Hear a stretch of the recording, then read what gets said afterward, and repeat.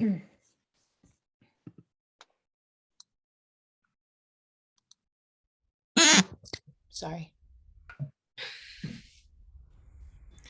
I was having a little trouble with the Zoom getting in. Like I Donald did too. Duck. Sound like Donald Duck.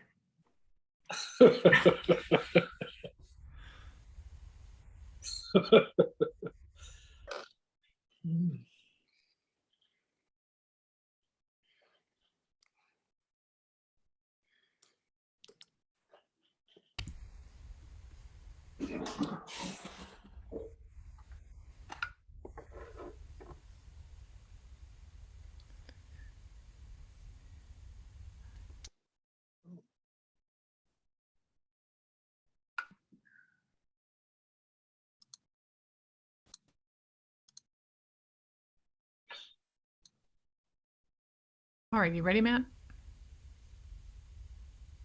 Yes. Welcome to this public meeting of the Princeton Board of Education. The board is an elected unpaid group of 10 citizens who set policy and make decisions on educational, financial, and personnel matters for the Princeton Public Schools on behalf of all residents. We are always pleased when members of the community attend our meetings. The board and the school district operate under applicable New Jersey laws and under regulations of the New Jersey State Board of Education.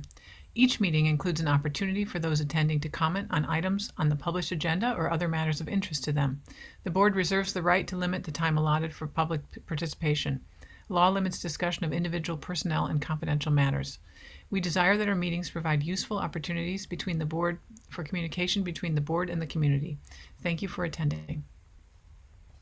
As required under the Open Public Meeting Act, NJSA 1046 et sequentia. Adequate notice was given for calling this meeting. It was authorized by the Board of Education and forwarded to the municipal clerk Princeton Packet and the Times on January 6, 2021. It was also distributed to the schools and others on the standard distribution list. The board reserves the right to enter into executive session during all meetings of the Board of Education. Board Policy 2230 recording devices requires that we inform those attending this virtual Zoom meeting that the proceedings are being recorded. This meeting is not being live streamed. Public members who wish to make comment at the appropriate time, as noticed in the agenda or added by the presiding officer, shall quote unquote raise their hand virtually at the bottom of the Zoom screen. Once called upon, the member of the public will be requested to quote unquote unmute themselves by clicking the mute button at the bottom of the Zoom screen. The representative of the sending district is authorized to vote on such matters that affect sending district students or affect the governance of the Princeton Public Schools, as more specifically designated in NJSA 18838.8.1. In the event that this statute is amended, the law shall take precedence over this bylaw. Sending district votes pertaining to personnel actions refer to high school, central administration, and district-wide staff only. Votes otherwise are considered abstentions. Thank you, Mr. Bolden. Would you please call the roll? Yes. Beth Barron, Here. Debbie Bronfeld, Here. Sorry. Dan Dart, Here. Here, Betsy Baglio, Here. Brian McDonald, present. Michelle Tuck Ponder, Present. Peter Katz, Here. Daphne Kendall, Here. Susan Cantor, Here. Jean Durbin. Present. We have a quorum. Thank you. The first item on our agenda is item D1, adoption of minutes for the November 16th, 2021 meeting. Could I have a motion, please? Brian, a second. Jean, any discussion? If none, Mr. Bolden, would you call the vote? Beth Barron, Yes. Debbie Bronfeld, Yes. Dan Dart, Yes. Betsy Baglio, Yes. Brian McDonald, Yes. Michelle Tuck Ponder, Abstain. Peter Katz, Yes. Daphne Kendall, Yes. Susan Cantor, Yes. Jean Durbin. Yes. Motion passes. Thank you. Motion passed. The next brings us to our tributes. It's the last meeting of the year, so we have a number of tributes to make tonight. So we'll start with our departing board member, Dan Dart. And Debbie Bronfeld, would you like to lead on that, please? So whereas Dan Dart is leaving the Princeton Board of Education after fulfilling 3 years of service, Be it therefore resolved that the Board of Ed recognizes the contributions that Dan Dart has made to our district and its students and thank him for his time and effort, especially for his work in the following areas: Operations Committee, which was formerly Facilities and Operations, Student Achievement Committee, Personnel Committee, and Ad Hoc Revenue Group.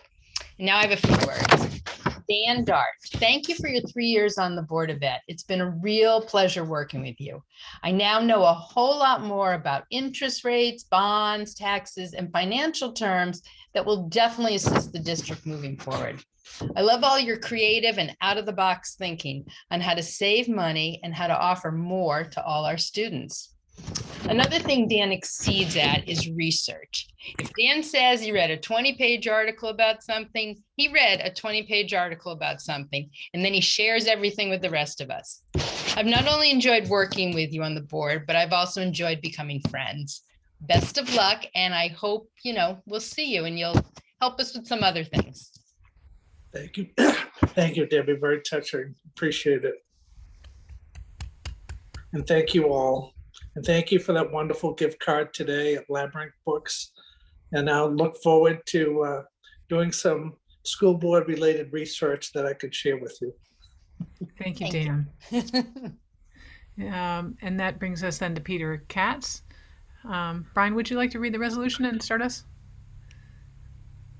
Or I can read the resolution and then you can. Yeah, why don't you read the resolution? I will do that. Whereas Peter Katz is leaving the Princeton Board of Education as Cranberry's official representative after fulfilling more than 2 years of service, be it resolved, therefore, that the Board of Education recognize the contributions that Peter Katz has made to our district and its students and thank him for his time and effort, especially for his work on the policy committee and his participation in the search and hiring of interim and permanent superintendents. Thank you, Peter. And Brian, did you have some words? I did just have a few words I'd like to add. Peter, you've been a wonderful board member, and I appreciate the thoughtful perspectives, clear thinking, and wise counsel you have provided on a range of subjects. You have not just represented Cranberry, you have served as an actively engaged member of our Board of Ed and have rolled up your sleeves with a few of us on the hardworking policy committee. I also appreciate the times you were busy, but found a way to zoom in, often from your car, which I think I referred to as the Cranberry corporate jet on one occasion. On a personal level, I'm grateful for the time you took to sit down with me on more than one occasion to share information and your points of view. It's been really a pleasure getting to know you, and for your time, talent, energy, and engagement, I offer sincere thanks on behalf of the board. Thank you, Brian. Thank you, everybody. It's been a pleasure and a privilege to serve with all of you. I will miss Matt saying "et sequentia" every single board meeting. That's one of my favorite parts of the board meetings. So I will miss that. I'll tune in every once in a while just to get my fix. But thank you all, and I look forward to all the good work you guys hopefully will be doing in the future without me. So thanks very much. Thanks so much, Peter. So we appreciate both of you and really are grateful for your service. And we've obviously been through a lot together this past year or two or three. Certainly lots of hours of superintendent searching and lots of hours of things we never anticipated. I think we did over 70 hours of interviewing for our superintendent, which was all 10 of us. And I don't think many boards could say that they had all members attend every meeting. And I think we did. Maybe one of us maybe missed one, but I don't think so, actually. So I think that's fairly remarkable, and we're grateful to both of you for your, being colleagues and for being on the team with us. Thank you. And I think we did it for the record twice because we hired an interim superintendent. Correct. And then a permanent superintendent. Correct. Maybe there were only 35 hours on the interim, but there was quite a few on that too. Thank you. So that brings us then, I think we go to if there are any public comments on these departures? Could I just say something briefly? Sure. Before we move to the public, I just want to say both to Dan and Peter, I've really enjoyed getting to know both of you. We say often at this last meeting of the year that one of the best things about being on the board is you get to meet people in the community that you would not have necessarily known. And I would say I'm glad both of you are parents in the school district, and you have a few more years left, at least a few more years. So we hope you'll stay engaged. And thank you very much for your service to the schools. Thank you, Betsy. Daphne? Well, Thanks, Betsy just Betsy. took my line. So thank you, Betsy, about meeting people you ordinarily wouldn't get to meet. But Dan, it's been, we started a little rocky, but it's been great to get to know you. I do appreciate your perspectives. And Peter, it's been great to get to know you as well. And it's always good to have the phone number of a criminal attorney in my phone. So I appreciate that as well. Let's hope you don't need for Let's that. hope not, but you know. But take care. Thank you. Thank you. You too. Michelle? I just want to say that being a board member is a really hard job. And I know that I have learned an enormous amount from both these gentlemen. They've been terrific colleagues. We disagree a lot, but I have enormous respect for both of you. I thank you for your service. I thank you for engaging me and sometimes even changing my mind. So Godspeed, have a good rest, and enjoy your Tuesday nights off. Thank you, Michelle. Thank you, Michelle. Thank you. I won't have my Tuesday nights off. I'll just have the drive to dance without the Zoom on in the back. Susan? Yeah, I just with Peter. Well, I want to say as a board member for the last couple of years, coming on new to the board, both of you have been truly invaluable to me in particular in what I've learned from working with both of you. I will miss Peter on his part-time Uber job that he seems to have. And I expect to see Dan out there running. And now I think I've set it up that he can't stop. And we hope to see him not only contribute to Princeton, which I know he'll continue, but continuing the half marathon as well. Thank you, Susan. And your husband, Larry, I hope will be right beside me. Jean? Thank you very much, Susan.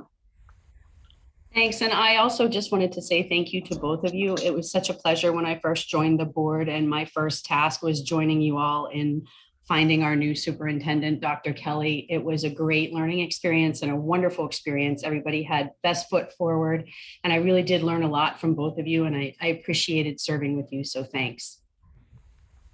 Thank you, Jean. Thank you, Jean. It's a pleasure. Thank you all. And I think now we would say if there's anyone in the public who would like to speak on this topic alone, this is There'd like to be someone with their hand raised. Jay Chen.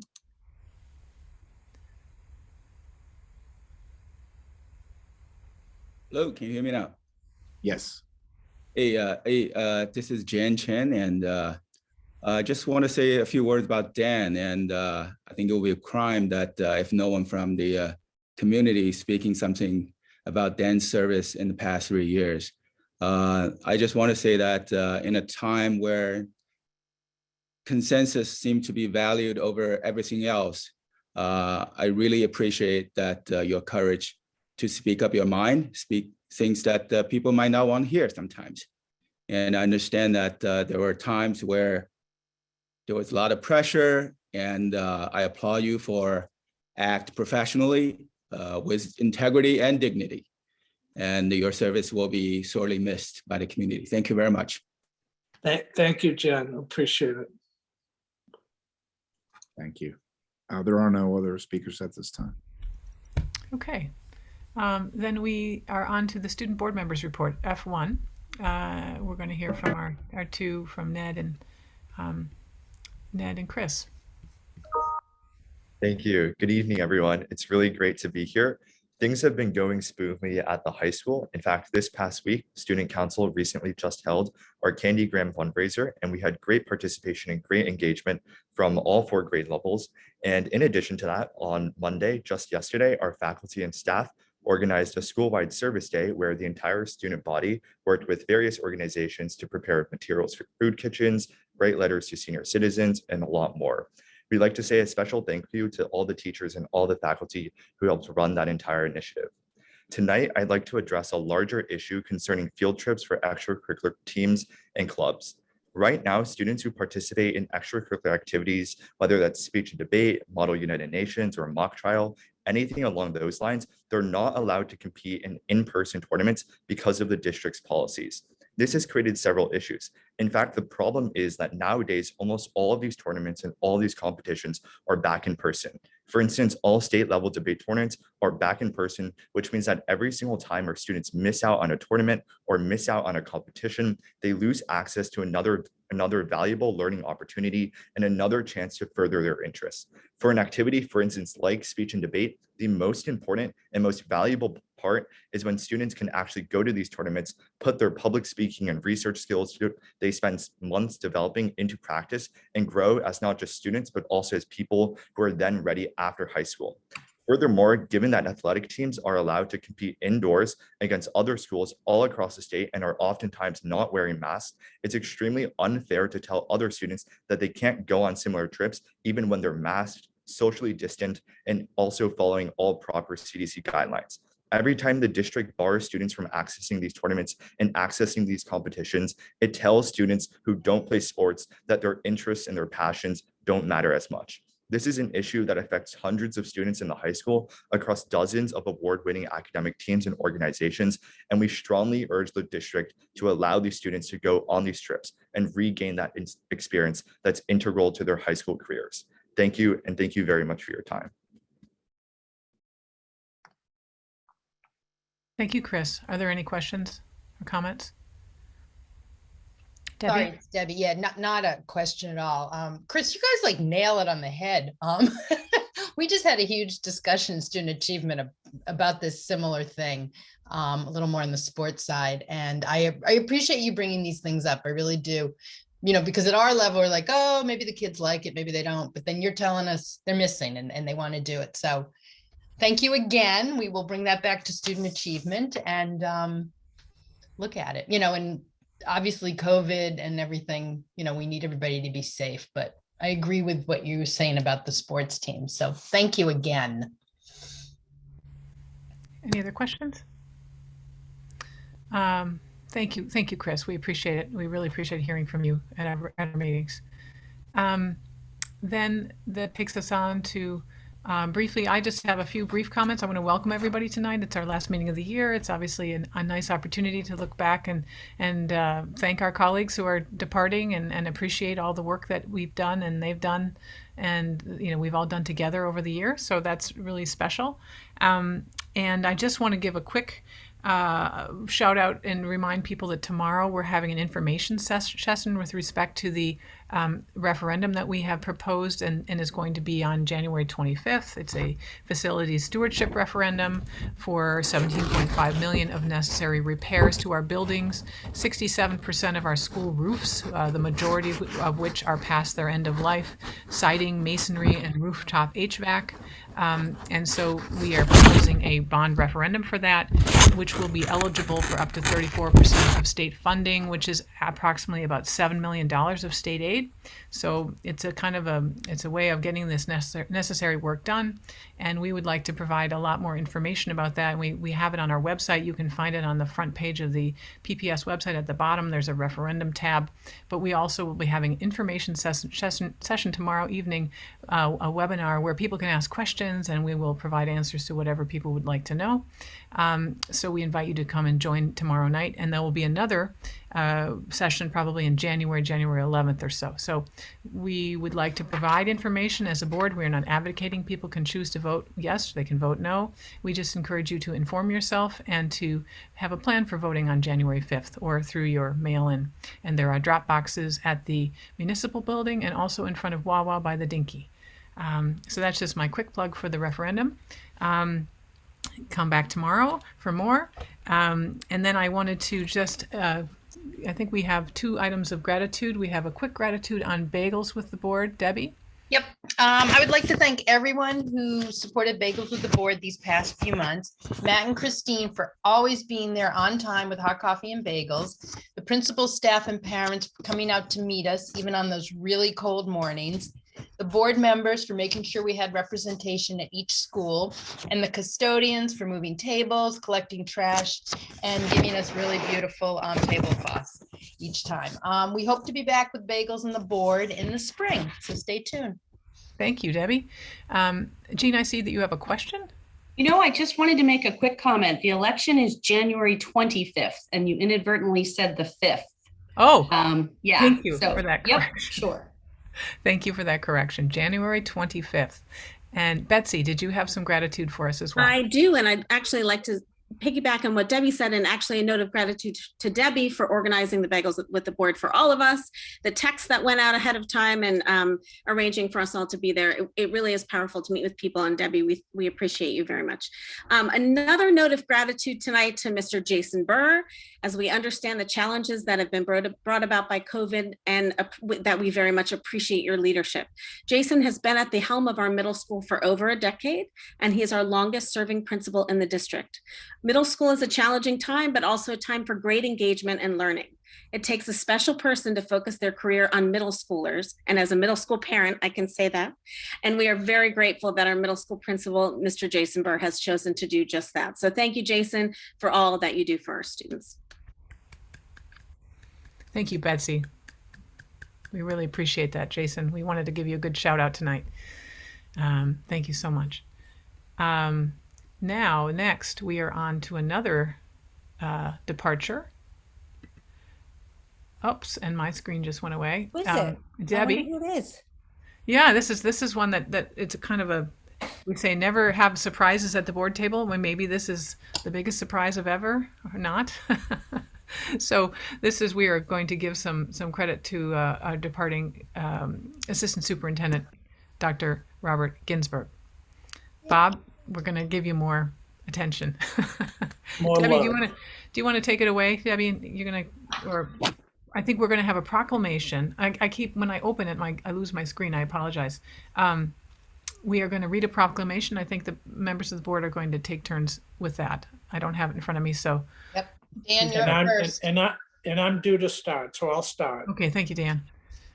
Whereas it is the desire of the Princeton Public Schools Board of Education to honor those who have given of their time and energy to render valuable service to our district.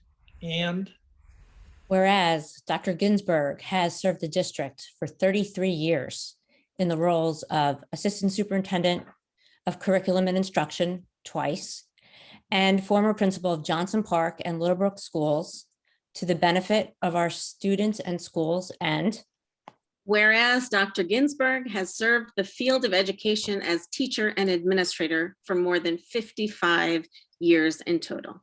And whereas the students of Princeton Public Schools have greatly benefited from his many contributions to our district as a principal who always put the needs of his students and staff above his own. And whereas it is the sincere desire of the Princeton Public Schools Board of Education to honor and commend Dr. Ginsburg for his leadership and boundless energy in service to the district and to our community, having served on the Board of Trustees of the Princeton Public School for more than a dozen years.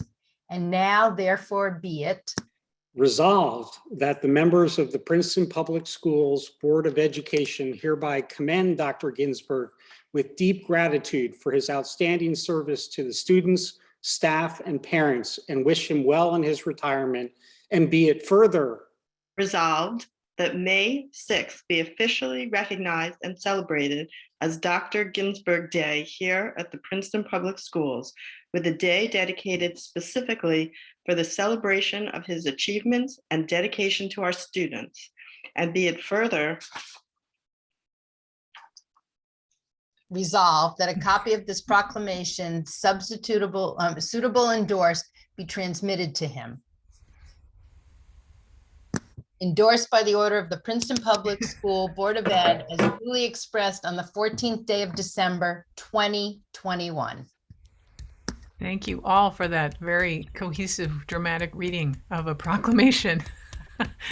I don't have the text, so I'm enjoyed following along. Bob, you're on mute. Speech. Thank you all very much, and I'll be around. Some of you know I have plans to stick with the library and some other things in town, so I expect to be around. And I just feel badly for you because you're losing 3 really good-looking guys tonight. Our Hollywood squares will never be the same, Bob. So we we thank you. We're grateful. We're going to miss you. We've wined and dined you. We've celebrated you, and we hope that we continue to see you and have you present with us. And it's just very hard for us to put into words how many lives you have influenced and how many children you have inspired over the years. And I think we owe you very deep gratitude. Thank you. We do.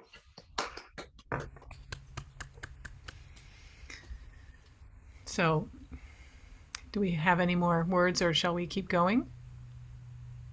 I just want to say something real quick. You know, I haven't worked here all that long, more than 2 years though now. Getting to know Dr. Ginsburg has been great. First, he was a principal, and then coming into pandemic into central office for the second go round. I just want to remember back to a marathon session that went till 11:30.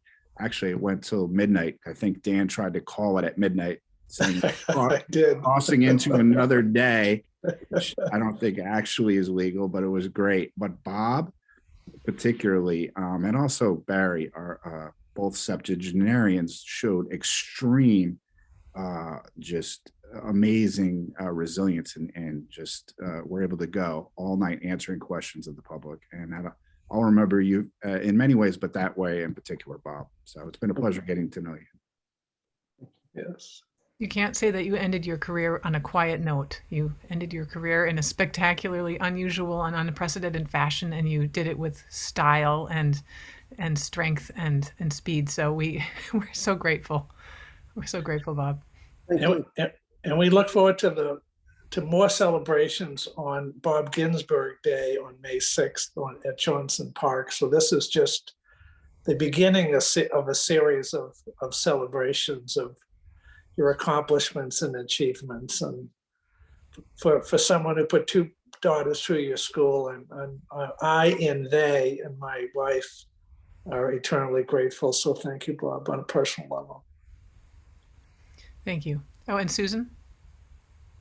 I'll echo what Dan said, because as JP families, we have a special relationship with Dr. Ginsburg and our kids. And I don't know how many families have come up to me in the last couple of months. So like, tell Bob we miss him, we love him, and how much he's done. And I hope that he will continue to, reach out to the kids, which he's done. He's always tried to acknowledge some of their special accomplishments, which really has been, something going above and beyond, which is always his way. So we look forward to May 6th. It's going to be a great day. Yes. Thank you. Okay. Well, on that happy and positive note, I think we're going to move on to the superintendent's report. Dr. Kelly? Thank you. Good evening, everyone. How are you?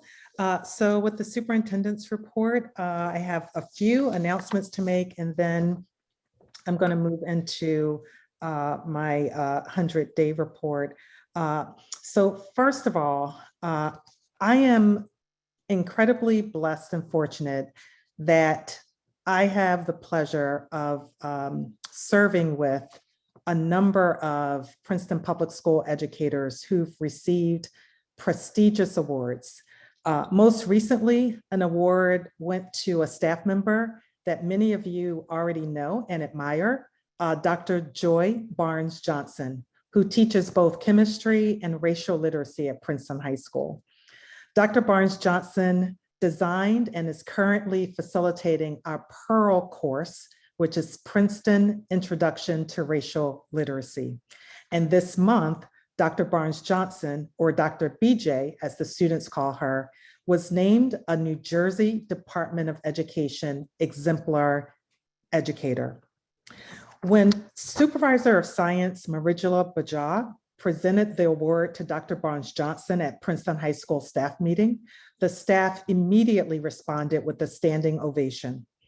Dr. Barnes-Johnson has been recognized for her positive impact on students, colleagues, and the community, as well as her clear vision for quality teaching and learning. As many of you know, she is a profound thinker, a fearless leader, a role model, a wonderful teacher, and a supportive colleague. I'd like to take this opportunity on behalf of Princeton Public School and our entire staff to congratulate Dr. Barnes-Johnson for her many achievements at Princeton High School and in our district. She is an educator to treasure. Dr. Barnes-Johnson, congratulations again. So that was fun. So perhaps not as fun, but necessary in terms of several announcements. First, regarding our COVID-19 safety updates, I just want to remind the public that the district has partnered with Princeton Health Department to offer free vaccination clinics. The next clinic is taking place on Tuesday, December 21st from 4 to 8 p.m.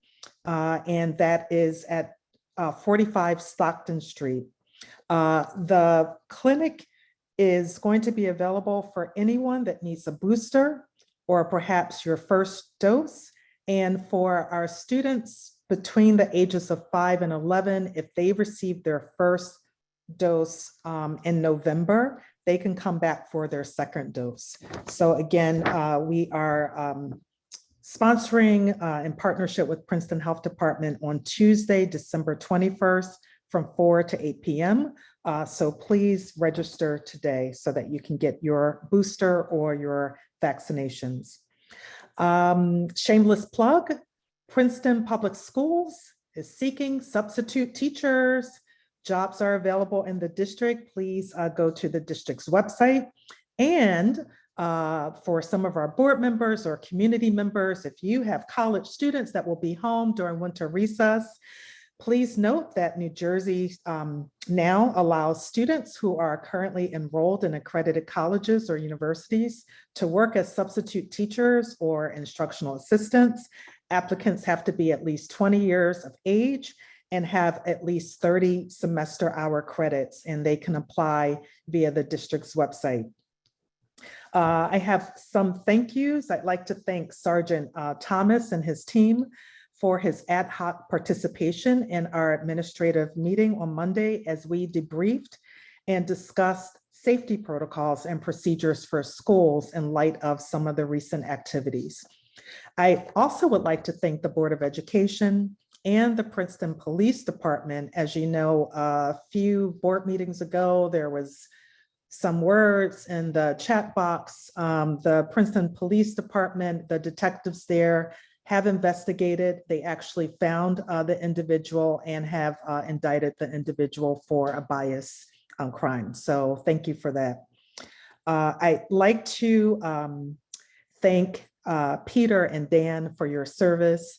Dan, thank you for admiring my background when I was interviewing. And I just have really enjoyed working with you in the short period of time, both of you, for your strategic thinking, for always being available. And I just truly appreciate working with both of you. And I am proud and honored to continue to serve as your superintendent as your children go through the schools. You know, Dr. Ginsburg, thank you for your leadership and thank you for sticking around for this new superintendent.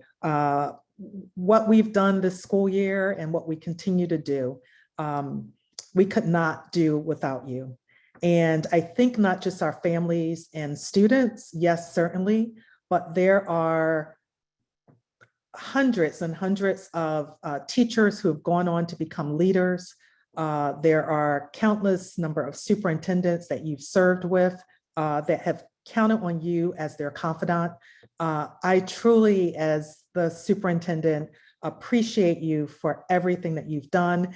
And we've already have joked around, but I'm quite serious about a couple of roles that you know, I would love for Bob to come back and help us out with.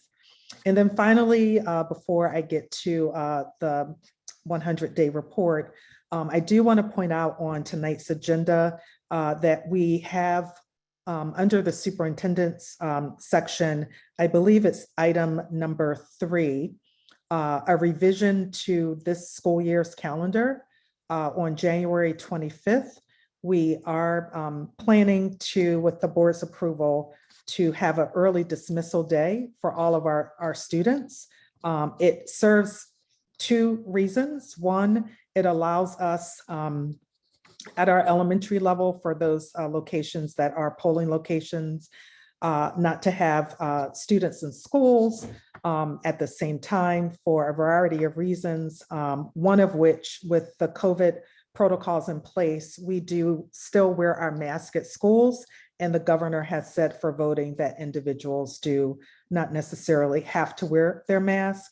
But also on January 24th, 5th, we would like to have an early dismissal day for all of our schools to provide to our staff an opportunity in that afternoon for some collegial professional learning experiences at the discretion of their building principals. As well, I believe it's item number 2, we did include for the board's approval the draft calendars that for SY23 and SY24 that were listed at the prior board meeting in November, I believe. So let me go to try to share my slide. Everyone cross your fingers that this will work. I think we were all having some difficulty with our computers. Matt, can you see that okay? Perfectly. Okay, awesome. All right, everyone. Well, here we go. This has been a really interesting 100 days for me. I think none of us imagined that we would still be knee deep, probably waist deep, maybe even more than that in the pandemic still. When I had the opportunity to scream in Board President Barron's ear when she told me that I was the chosen candidate for the superintendent position. But here we are. I'm really excited to share my 100-day report with you. I definitely would like this to be a beginning of a conversation, particularly with our board members. I'm going to really share a high level and with our next one-on-one sessions and also with the community. I would love to have more smaller sessions where I could get more in depth. But I've listened to the community and I've learned through observations, and this is helping me to inform my actions, my activities for the remainder of this school year. I've broken up the report or tonight's presentation into 2 areas. The first is I had 4 objectives of what I wanted to accomplish during the first 100 days. I'd like to review again with the community and the board what those objectives were and also what I was able to accomplish. The second part of this presentation is to share with you what my priorities will be for the remainder of the school year 2021, 2022, based upon the observations and also the learning that I have accomplished using a framework that I will explain a little more in depth. So first, in terms of the 4 objectives that I had, and I outlined this to the board and the community at the beginning of the school year. And you could see here that the objectives range from wanting to see the majority of our parents being aware of our back to school details, all the way to objective number 4 with ensuring that our internal stakeholders felt listened to, heard, and informed about the actions that we were taking in general in the district. So with objective number 1, the first objective, again, was that 90% of our families were aware or very aware of our back to school details.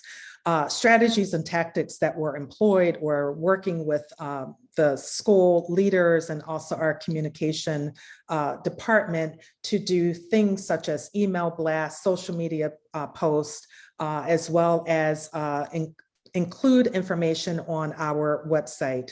I also wanted to do some meet and greets, but because of COVID over the summer, our schools design other opportunities. So I wasn't able to do those meet and greets specifically at each of our schools. However, I did do a welcome back note as well as a video that we presented out to the families. And according to our public information officer, we had a meeting earlier today. I learned that that video was one of the top 3 viewed.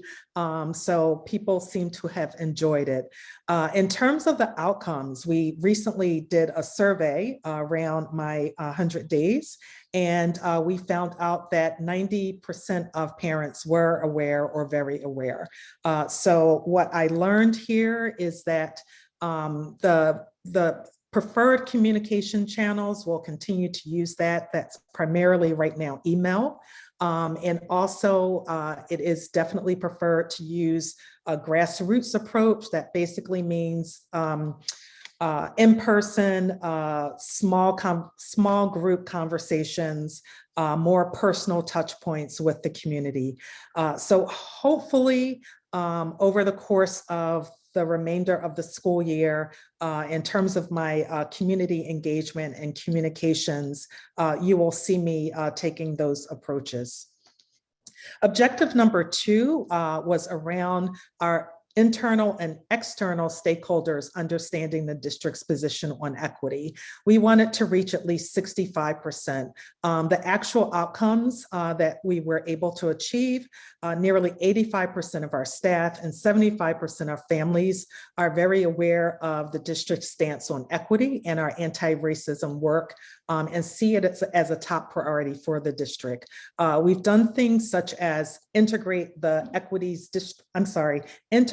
district's work for equity into our 4 commitments, which were tied into the district's goals for the school year. We have introduced the Superintendent's Book Club via our social media platform, Twitter, and we will be focusing on books that help individuals learn about the supporting conditions that support our equity stance. And then we have also applied for and have become one of 2 school districts in New Jersey that are a part of the National Equity Project's BELL network, which is Building Equitable Learning Environments. We have a design team that is made up of a cross-roll of internal stakeholders, students, teachers, administrators, and we have been meeting for about 90 minutes each month.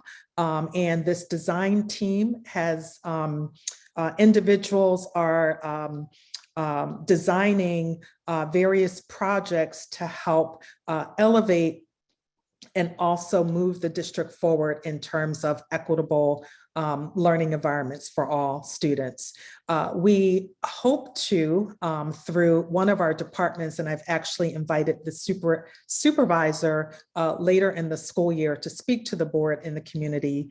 We hope to see a pilot of teachers at the high school piloting a tool called Co-Pilot Elevate, which is a tool used in classrooms by teachers with their students to measure the quality of the learning conditions for equity that support learner engagement.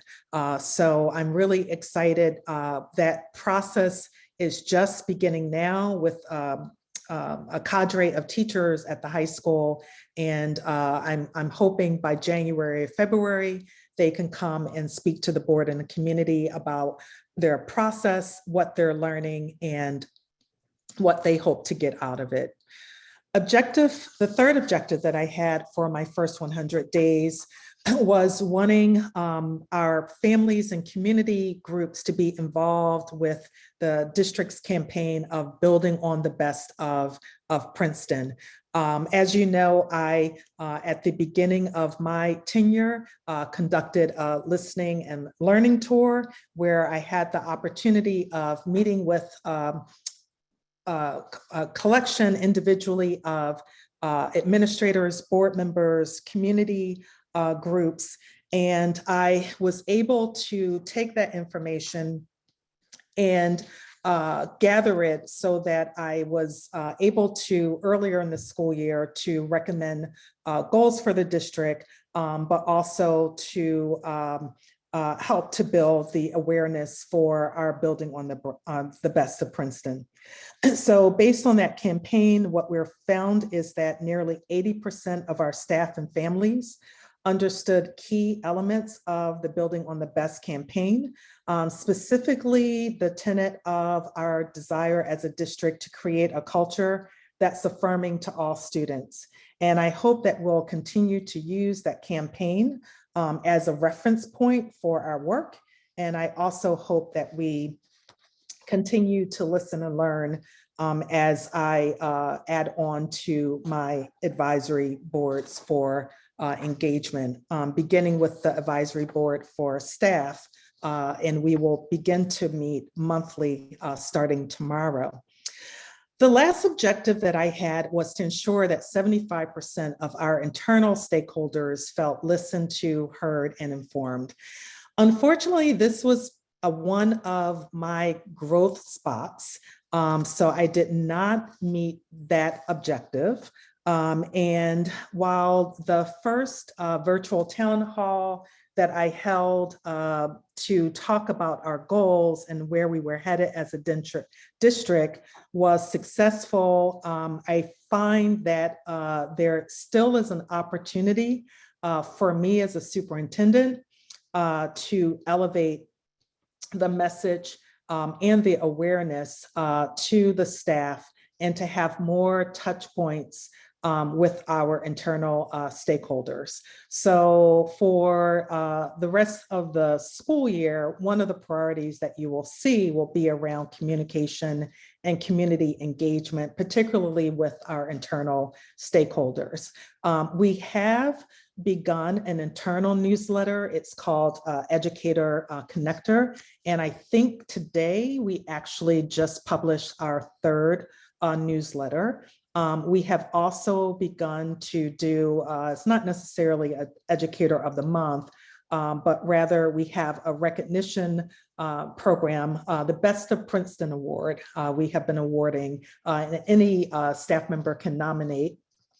And we are recognizing those educators for the work that they have done around the district. But I will continue to do the staff huddles. I will continue to visit schools, but I will be more intentional about hosting town halls and using tools like Thought Exchange and gathering feedback with staff, as well as working with the staff at Superintendent's Advisory Panel so that I can eventually achieve this objective. Any questions before I move on to the report in terms of my priorities for SY22? Any questions about those 4 objectives?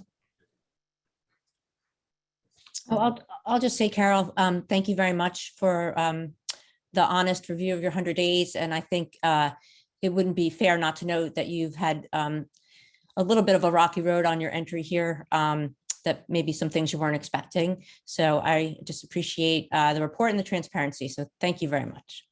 Thank you.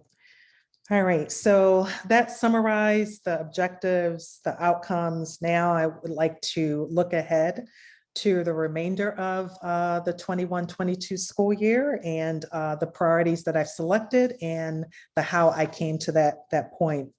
So this coherence framework that I selected to determine my agenda for the remainder of the school year is developed, or was developed rather, as a part of Harvard University's Public Education Leadership Project. And it identifies the following organizational elements most critical to high performance of a school district. I think you could see here, this is the infamous instructional core, the theory of change, as well as the strategy. These components primarily make up a district's strategic plan. This evening, what I'm going to do is just share a little bit of the highlights of the process that I use to analyze the data that I gathered through my observations and also the interviews I collected. And I'm going to talk about specifically culture, structures and systems, resources, and stakeholders, as it relates to what I saw as strengths and what I saw as potential opportunities. And then finally spend more time on the priorities that I've outlined for my agenda for the remainder of this school year. First, just some descriptions of how PELP is defining these 4 areas, 4 or 5. In terms of culture, it's defined by the project as the predominant norms, values, and attitudes that drive behavior in a school districts. And some of the norms and beliefs that I used as a lens to observe the district were around adult attitudes towards accountability, our orientation towards students and staff, conflict resolution methods, district office and schools, the ways that they interact, and the approach to stakeholders. Structures and systems is a second area that I used as a lens to identify strengths and potential areas for the district. And all those structures and systems in this framework are separate components, and school districts, because they're so interdependent, I will be talking about it, about these 2 together as one. They include things such as roles and responsibilities, reporting relationships, teams, accountability mechanisms, compensation arrangements, resource allocation methods, organizational learning processes, and training programs. And to effectively support a strategy, both the structures and the systems often have to be reinvented to enable high performance. In terms of the resources, money is usually the first thing that individuals think about when the term resources are mentioned. While money is important, there are other forms of organizational resources that are equally as important to help all students learn, such as human resources, materials, physical assets, technology, safety, security, and so forth.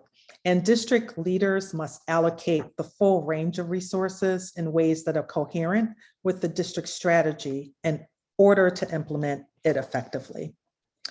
And then stakeholders, of course, are the people and groups inside and outside of the organization who have a legitimate interest in the system and can influence the effectiveness of our strategy. These include, but not limited to, our teachers unions, parents, students, school boards, community and advocacy groups, and as well as policymakers and local politicians. So using that framework, at least those 4 areas as a lens, I've highlighted several strengths of the district, and not in any particular order. But Princeton Public Schools is a highly desirable place to live and work with highly dedicated staff members, known as one of the very best school systems in the area. And I believe it's our students who are very high performing and allows us to have that honor. The community has a very strong commitment to our schools, very strong community partnerships, and award-winning programs.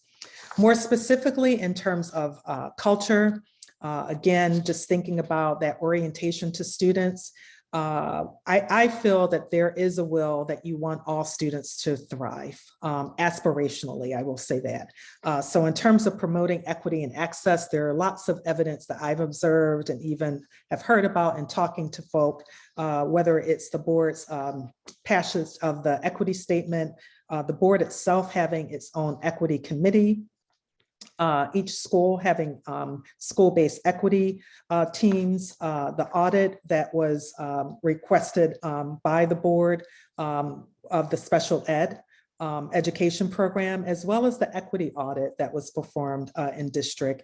And most recently, the board requested the district to perform a review of our DLI program at Community Park School. Through the lens of culture, again, which consists of norms and behaviors in the organization. Basically, in other words, it's our understanding of how things work around here. We could definitely see again that aspirationally, we want, in theory, all students to thrive.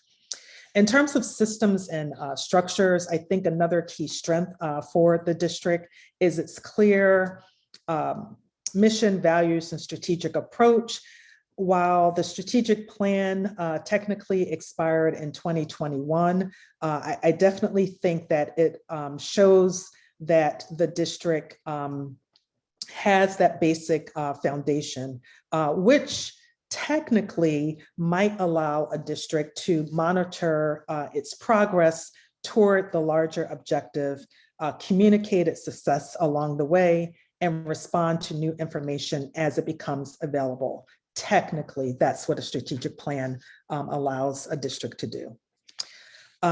In terms of resources, I think there are several key strengths in this area. For certain, the programming across the district is incredibly extensive. The district provides a wide variety of courses to students, and we'll talk about this strength, in terms of it providing that access to all students. But in terms of the resources, it's definitely a strength of the district. Stakeholders, we know that schools can't do this work alone, and a strong strength of the district is its strong district community partnerships that we have with many organizations and groups who really are truly centered around the welfare and support of our students and our schools. Looking at these 4 areas through the lens of potential areas, and I, again, will go more in depth with each of these areas with board members when we have our one-on-one. I will also provide to the board the full presentation so that you can see how I came up with these key potential areas. But these are the areas that I use to inform the 3 additional priorities that I have added to my agenda of what I would hope to accomplish this school year. In terms of culture, I think the potential areas are for us, from the adults, from the professionals, for our creating more opportunities where we as adult learners can practice, as we're reading right now in Dare to Lead, being more vulnerable and aware of our opportunities for growth in terms of our knowing our students, in terms of our practices, but just that mindset of continually improving our practices. There are, in terms of our orientation towards students, I think that there are potential areas for our developing a non-negotiable attitude of providing access and opportunities for all students. So there are opportunities for us in terms of potential areas to become an inclusive learning environment for all. And I capitalize all because for me, all means all. I think there are opportunities in terms of orientation towards students for us to develop, and not saying that this is not happening already, but for us to develop more personalized relationships with our students. So every student feeling known and supported. And in terms of the reciprocity between the district and the schools, primarily around the administrative team, I think that there are opportunities for us to create more cohesiveness, less siloed. So there are opportunities in terms of culture around team and leadership development. For structure and systems, I think that there's no, probably for anyone that's listening, particularly those members of the board, opportunities for accountability mechanisms, as well as the systems and structures to support that. From student assignments, again, this kind of ties in with systems and structures that will provide more access and opportunities, more scaffolding support for students so that we can have more inclusive learning environments across the board. The equitable allocation of resources using tools and strategies that would allow us to look through the allocations through a lens of racial equity. And then as all things, as a learning organization, we want to be able to evaluate, measure, and hold ourselves accountable. So in terms of structure and systems, there are opportunities, potential areas for us to grow there too.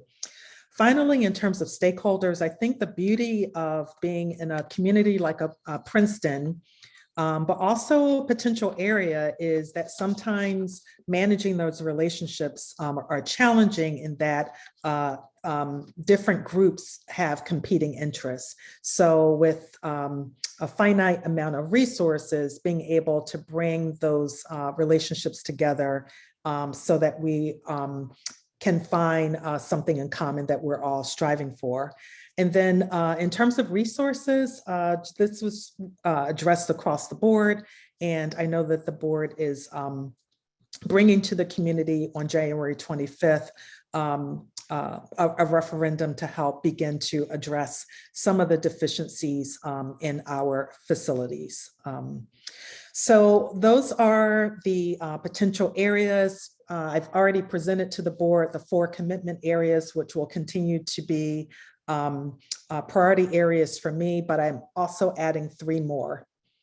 The first one, again, and it ties back to one of the objectives I had for myself, was getting to at least 75% of our internal stakeholders feeling heard and listened to. And I did not achieve that yet.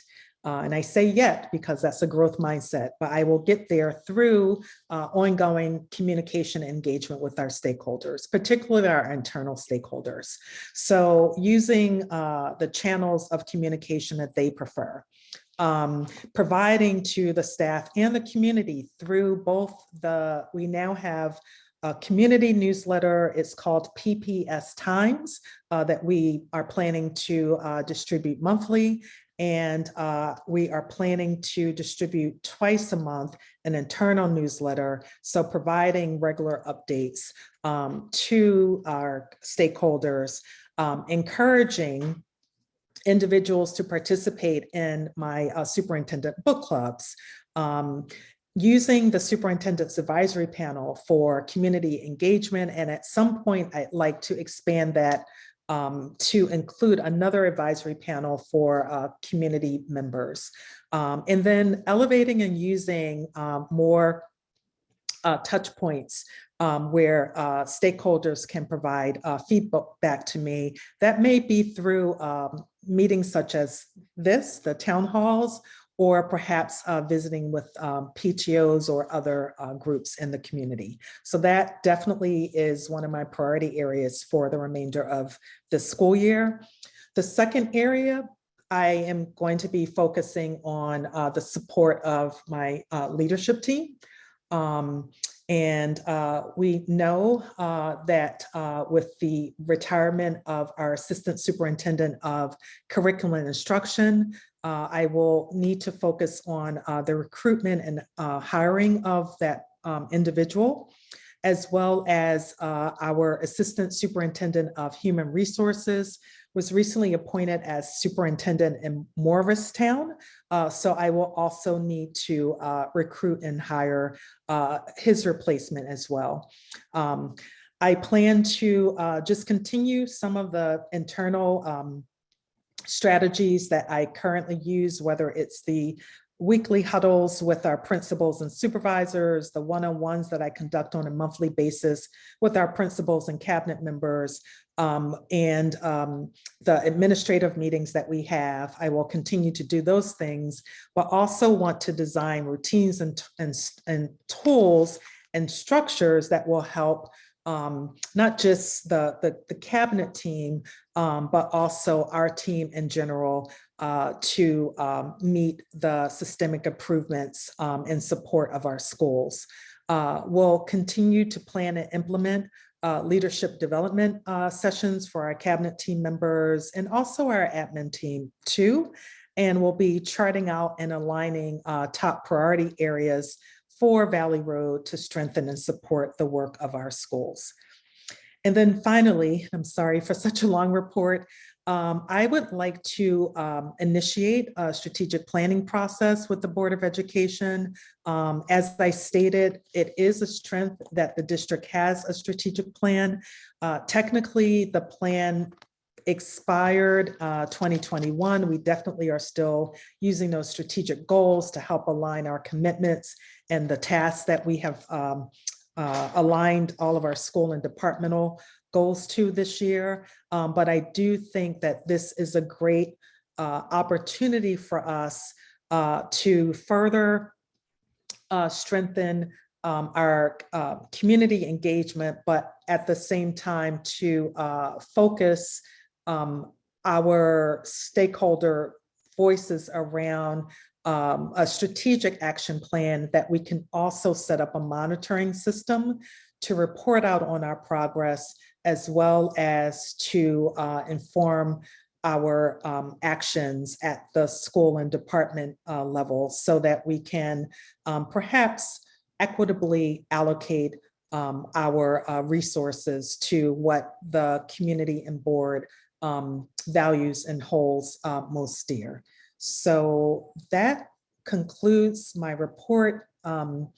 I will take any questions. I love this quote by Dr. King that says, take the first step in faith. You don't have to see the whole staircase, just take the first step. So I'm going to conclude there. Again, I will share this presentation with the board. You'll see that in the appendix, there's more details around those themes, the potential area themes, and how I kind of made sense of the data to inform my priorities for the remainder of the school year.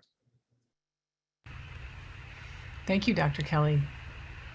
I just want to say that I'm really, really impressed that you found the time, the precious time to give us this level of, I know that we had said, well, you're going to stay high level because you've got so much going on, but I have to say there was quite a bit here, and it's wonderful to have this level of thought and systemic kind of planning, despite the fact that you're struggling day to day to manage a pandemic and building your team and all the other things. So I know I personally am very grateful for all of this thinking. I think I will take some board member questions. Michelle, I think you had your hand up. I don't know if it's a question or not, but I want to know where Dr. Kelly finds the extra hours in the day to actually do this. I thought that was terrific. We've asked for detail, and we got detail, and we got specifics, and we got analysis, and I'm really excited about next steps and moving forward. So thank you for that. Appreciate it. Thank you. I certainly, I know Elizabeth is on the line, so a lot of support from Elizabeth. 9th hour, can you spell check this for me? As well as the rest of the team, and also just the support of the board, Matt Bolden, the entire cabinet team. It has, and really all of you and all the individuals. I just took the data that I gathered and the observations and just used the lens to do that analysis. Debbie. Yes, I also want to thank you. I think it was detail and shared and a really, really wonderful roadmap map. And I really appreciate that you're reaching out to so many voices and different voices to be heard. I really, and that you're being strategic and you're realizing, and also, trying to come up with different ways. You've admitted like one way maybe didn't work. So I really appreciate that, because we have so many different voices. Yeah. And I'm excited in structure and systems to see accountability mechanisms. So that's a big one for me. Thank you. Yeah, I think in terms of the listening, definitely want to probe that a little bit more with the superintendent's advisory panel tomorrow. But I think for many of us, because the school year is really moving very quickly, it's important for us to go back to individuals if they've shared something with us, to let them know how it was resolved or what the decision was. And so that's a part of the feedback that I definitely want to focus on for the remainder of the year in terms of communication and engagement. Susan? I also appreciate the level of detail and the start of using data to make your informed decisions with your communication. I just wanted to ask you how this support and communication, we've heard from the Surgeon General about our kids and our staff and the mental health and wellness. So in this scaffolding, will that be like obviously a focus as you provide both support for our staff and how our staff can provide support for our students? Absolutely.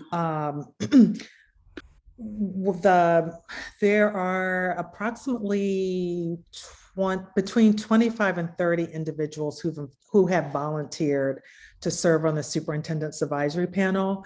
I did ask them of the 4 commitments, which do they have most interest in? And the interest was around commitment area 3, which are the routines and rituals for the social emotional learning. And originally the thought was to focus on the students, but in talking with the cabinet team, I'm planning to focus on the adults for them to provide feedback with how things are going. Our director of school counseling and also director of special services have just, I shouldn't say just, they recently administered a survey to the staff so that we can also get a feeling for where the staff is right now. So we definitely at the cabinet level are looking at that and seeing like what additional supports and what changes in our practices perhaps this year that we could make without sacrificing any of the services that we are providing to our students. And I also think some of the other actions and activities of our leaders in terms of establishing more consistent procedures and processes too will help hopefully reduce some of the burden that may be on staff, that might help alleviate some of the stress burnout that is happening across the board.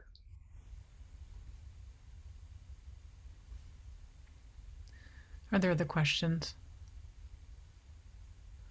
I guess, Dr. Kelly, I just had one question as well. I think again, it's pretty remarkable. I appreciate that you have kind of laid out the landscape of connections that you are really responsible for and that you get feedback from and have to give back and kind of help us.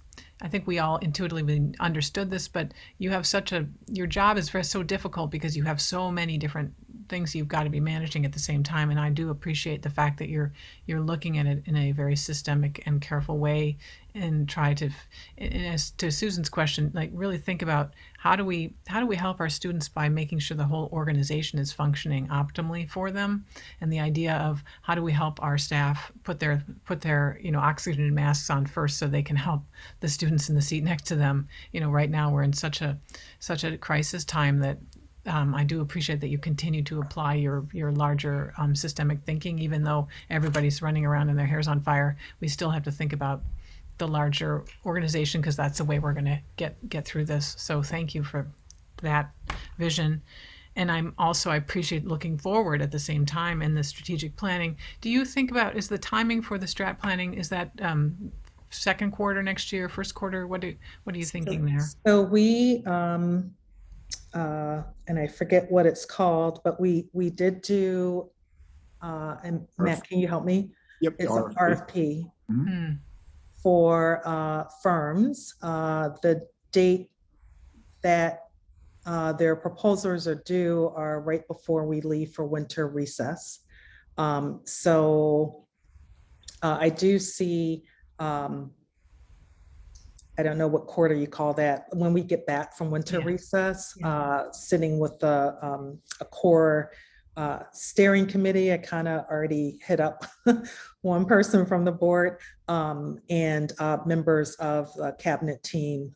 Matt provides us with a rubric that we go through to help with the selection process. But it would be, this is my utopia, it would be really nice to be able to engage in that process, so that by the time we're going into the school year 23, we have updated our strategic plan. In that, it would be really nice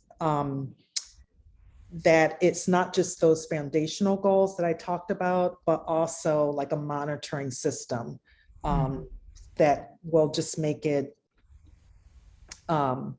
more cohesive and streamlined to know how to allocate resources in support of the plan. That's like my systems engineer hat on, and I know it's going to be a lot messier than that, but that would be the utopia. As you say, one step at a time, but you know which direction you're going. So it's helpful to have the roadmap. So thank you for that. Are there any other questions? If not, thank you, Dr. Kelly, again for that really substantive report for us. We really appreciate it. That takes us to, in your report, in the superintendent's report, I think you mentioned we're going to have a date change on item 3. And item 2, we had the calendar on. Are we going to do that today, or what's the proposal there? It looks like it's an action item on the 22-23 and 23-24. It was an action item on there. Can I ask a question? Should there be any changes in the future to the calendar? I really appreciate you looking out 2 years. It's something our community's really asked for, and I think that's really helpful. We're able to amend the calendar though, right? Absolutely. Okay. So it typically is a rolling 2 year. So you would want to, because you never know, there may be some change to the 24 calendar. Okay. So and also I believe the PRIA, correct? The board will be negotiating. So yeah, there definitely probably will be changes to that calendar. So then if we look at item H2, it is action and action consent. I'm not sure why there's 2 separate ones. Does one require action separately? I think there was a mistake. I think they were both supposed to be consent items unless there's anyone. So Okay. while we were working, I changed it to them both being consent items. Okay, so they're part of the consent agenda. Everyone Unless okay with anyone that? wants to separate them, but I'm seeing no. Yes, so we're good. Okay, all right, so those are consent items. And then item H3 is also a consent item. Again, that's the January 25th early dismissal, so people are aware of that. And then we come to public forum. And I'll just say that written comments may be submitted to the board. There's the email address on the agenda, and this will reach the board members as a group, as well as the superintendent, and the business administrator, and the director of communications. The board values the opinions and input of students, staff, parents, and community members on any topic. When called upon to speak, please provide your name and home address and keep your comments to 3 minutes to be respectful of those who wish to comment after you. So please direct your comments to the board, but note that this is not a discussion or a Q&A. Under New Jersey law, the board shall not discuss personnel matters and shall not respond to comments made by the public. The board president may refer questions or requests for action to staff for response at a later date. Speakers are reminded that comments should be respectful and maintain a level of decorum appropriate for a meeting of a public body. Defamatory or abusive remarks are always out of order. There will be a 15-minute maximum time period inclusive of all speakers unless otherwise agreed by the board, and we thank you for your consideration of others. With that, we'll open it to comment.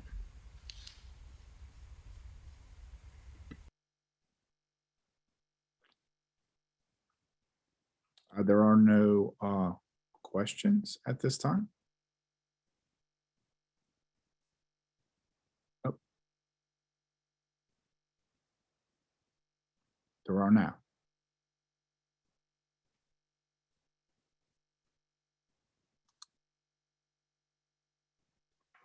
Hello. Yes. Hi, Shen Wei. Yeah. Hi. This is Shen Wei. Good evening, everybody. Good evening, board members, and good evening, Dr. Kelly. First of all, Dr. Kelly, welcome to Princeton. This is the first time I join in, and I really enjoyed your presentation. And I think it's a very well presented, very well prepared document. I'm very happy to see you here. Welcome. My name is Shen Wei Zhao. I've been living in this town for a little bit over 5 years, and I live in a Riverside area. So today I want to call in to applaud the BOE statement released on the 12th, where the BOE listed 3 positions on the issue of opening the cannabis retail store in Princeton. Over the years, I have many different opinions from BOE, but I'm 1000% behind BOE's statement on this issue. The 2 points I believe are listed are very strong, very unequivocal, and shows a great leadership to this town. So aside from the 3 points, which are, so I'm paraphrasing this, the first one is that the cannabis store should be at least 1,000 feet away from any schools, which is following the regulation and laws, I believe. And the second is that the public schools should have a portion of the 2% tax income generated by such businesses if they were to open. And the third one is that the township needs to show concrete plans to enforce education and make sure the substance should not fall into the hands of the Princeton minor. And these are really great points. Further than that, I would challenge the BOE to take a more active leadership to representing most, if not all, the concerned parents in this great school district and the majority of the taxpayer in this town. I believe neither the BOE nor the city council can be detached from the parents or taxpayer. And I challenge the council to follow BOE's strong leadership in this issue and making a good and conscious decision of which all the elected officials are elected for. So with that, I do have one thing that I would like to clarify with the Board of Education, which is I attend a few cannabis task force public hearing, during which they have stated that they have tried to reach the school district many times, and the district subsequently detached a school nurse to the task force, who then subsequently contributed to the unanimously adopted task force recommendation to the city council, which was then presented in public in the evening of November the 30th, which I attend. So we now know with the 3 points that are listed by the BOE, that many of the points that the CFT, the Cannabis Task Force, reported were actually in conflict with the BOE's position. For example, most notably that they proposed a 200 feet buffer from the school. Is the district aware of this situation where the nurse agree with it? Or if that's the case, obviously it's in conflict with the school's public opinion.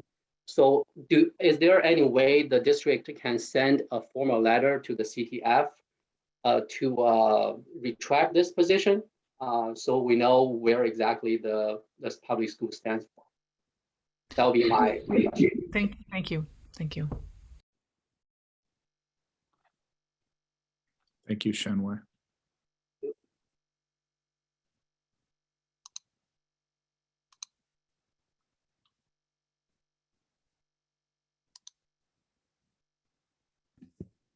Yaar?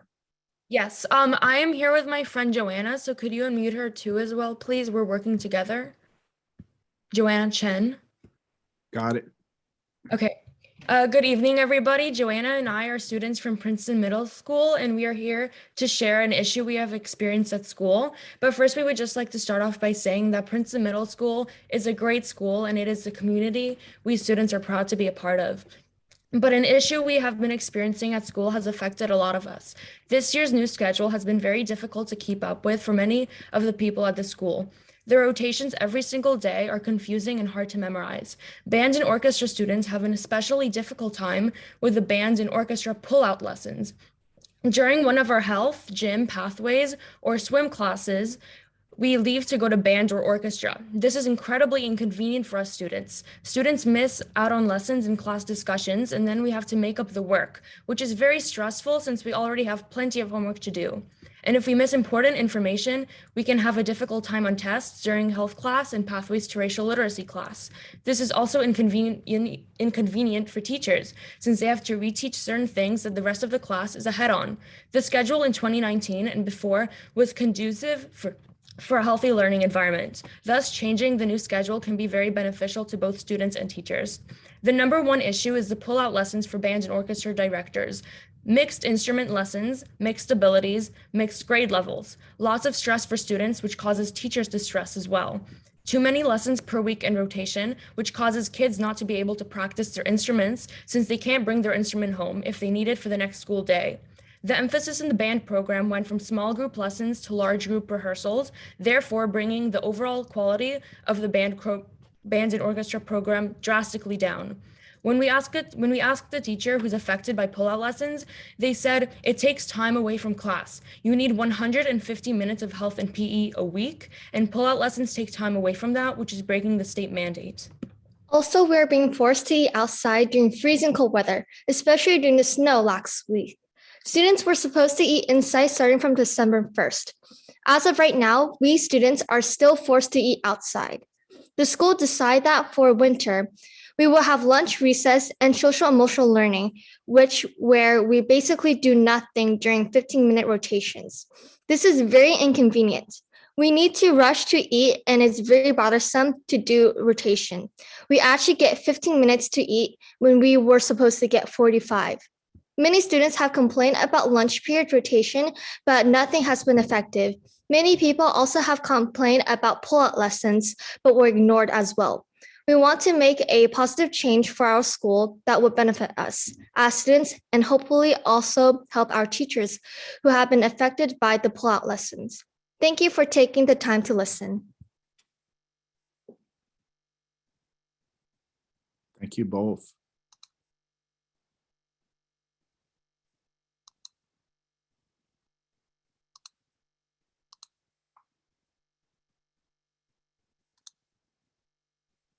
Jan Chen, sorry. Oh, hello, hi. This is Jan Chen again, and I'm from Edo Farm. And I don't know whether actually speaking on the topic of cannabis kind of stole the thunder a little bit of the board, because I know that it's on the schedule and the board is about to discuss its position paper on local cannabis dispensary. Like the previous speaker, I would like to also applaud the school board's position on this issue. And I understand that, like many other school districts, that the school boards often feel that they're more inclined to stay out of this particular public decision, and feel that is a decision of the voter in the district. On that issue, I will also like to point out that I think even though the district and the state voted overwhelmingly to legalize cannabis. Legalization is not a refutation of the negative health consequences of cannabis, especially on the underage users. And also legalization doesn't equate to normalization and commercialization of cannabis products. So with that, I was wondering that some of the reason that decided by the town cannabis task force for sort of recommending up to 3 cannabis dispensary in this town was that the cannabis is already in this town. The kids are using it. They're using it. They're buying it from underground markets, and oftentimes it was the product was laced with other chemicals, so it's potentially dangerous for the children. If they are getting it, they might as well getting it from a legal channel. So my question for the board is that whether the board actually has a clear understanding of the underage use situation in our school, and whether that's being properly communicated with the town cannabis task force. I believe that for the town task force to move forward on this issue, it will really be kind of helpful for both entity to have a better understanding if you don't have such a sort of comprehensive understanding of the situation right now, in order to make an informed decision going forward. As many of us find out that once you open a cannabis dispensary under the current New Jersey laws, it will be very, very difficult to have it closed. That's one point. The second thing is that in the statement, position statement, you mentioned that the school district would like to have portion of the 2% tax revenue used to, I guess, anti-drug education purposes. Do you have an estimate how much that will cost? And certainly, I think from our perspective, the town council or the task force didn't offer any guidance in terms of estimate revenue of that 2% tax revenue. And so you probably have a number in your mind, and I don't know whether that's properly being communicated between the school board and the task force. Thank you very much. Thank you.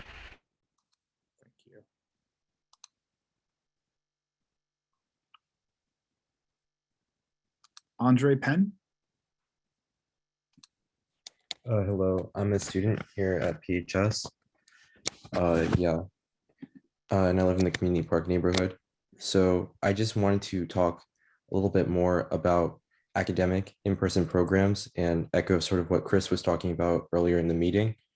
And I just wanted to talk about how I felt that it was sort of inequitable treatment from the school administration in terms of how they have allowed for sporting events to occur in person without masks, whereas for academic competition events, such as the debate team, events have not been allowed to take place in person. And this has negatively affected the debate activity, especially as over half of our tournaments have moved to in-person venues that we're unable to attend due to school policies. And it feels like the school has a double standard in terms of COVID regulations, especially when administration has endorsed vocally policies like packing the cage, where students pack into a small subsection of the stands to support like sports teams like the football team or soccer team with no masks on, which are in clear violation of our school's COVID policies, while other things like having masked events with vaccine mandates for academic competitions have not been allowed by the school administration. And so this just feels like a double standard that hasn't been addressed, and it is inequitably affecting certain students far more than other students. And it has reduced the ability for students to participate in extracurricular enrichment, and also reduced our ability to do this in comparison to other schools. So that's all that I had to say. Thanks. Thanks, Andre. Thank you.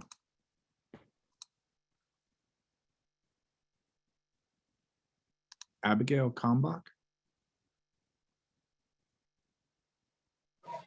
Hi, thank you very much for calling on me. My name is Abigail Kalmbach. I am a mother of 2 daughters, 5-year-old and 1-year-old. And I am also looking to start a cannabis dispensary in town. I'm not sure if this is quite the time to talk about the cannabis dispensary. It's just I think this is the open time right now, but what I'd like to say is that we need to take an intellectual approach to understanding cannabis before making any hasty decisions, and education is critically important. I have a PhD in neuroscience, and I've studied a lot of developmental neuroscience, and I am also an educator. I believe that we should make sure that there's a cannabis dispensary in town. I think that the thousands of feet of distance between a school and the dispensaries is a little bit too much, because that takes away a lot of the commercial business interests of the town. I also think that we should look at how Princeton can act as a leader in the community to select the right educators to roll out how cannabis in Princeton can work, and it can make sense for the state at large.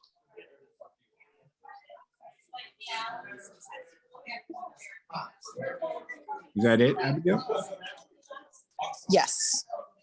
Thank you. Thank you.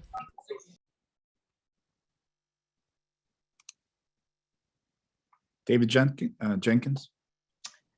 Hi, thank you to the whole board of directors. Thank you to Dr. Ginsburg, and thank you to Dr. Kelly. Welcome. Really enjoyed your presentation. Thought it was wonderful.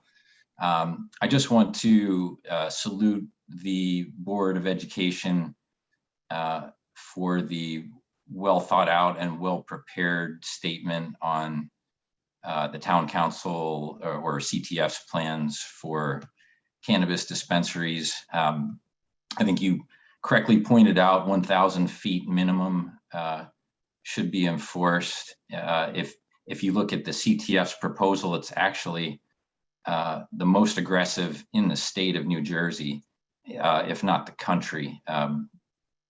So certainly we would ask the CTF, hopefully with your support and communication, to respect the norms of other towns and respect federal law.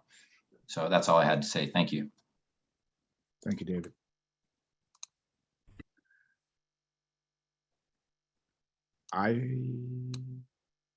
iPhone guest.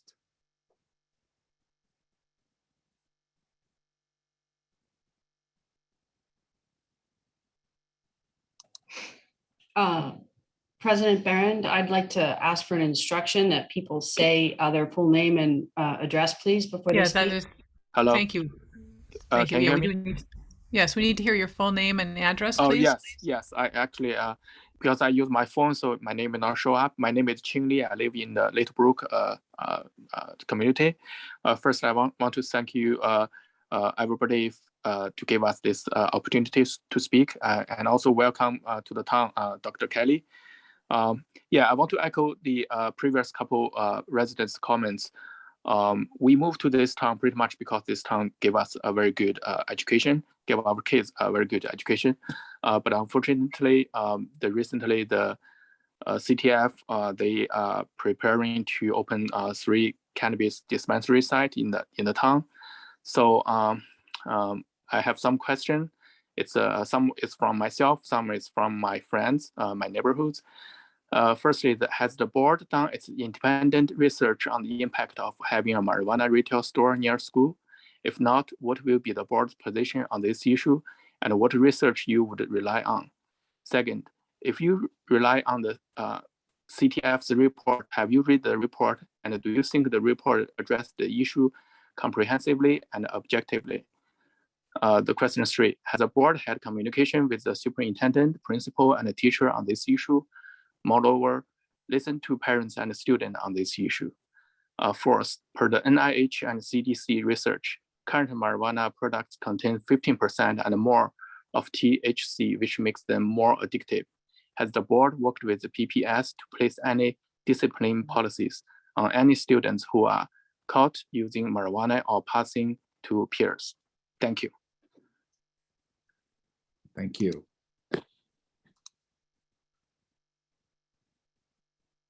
Sheila Guhan?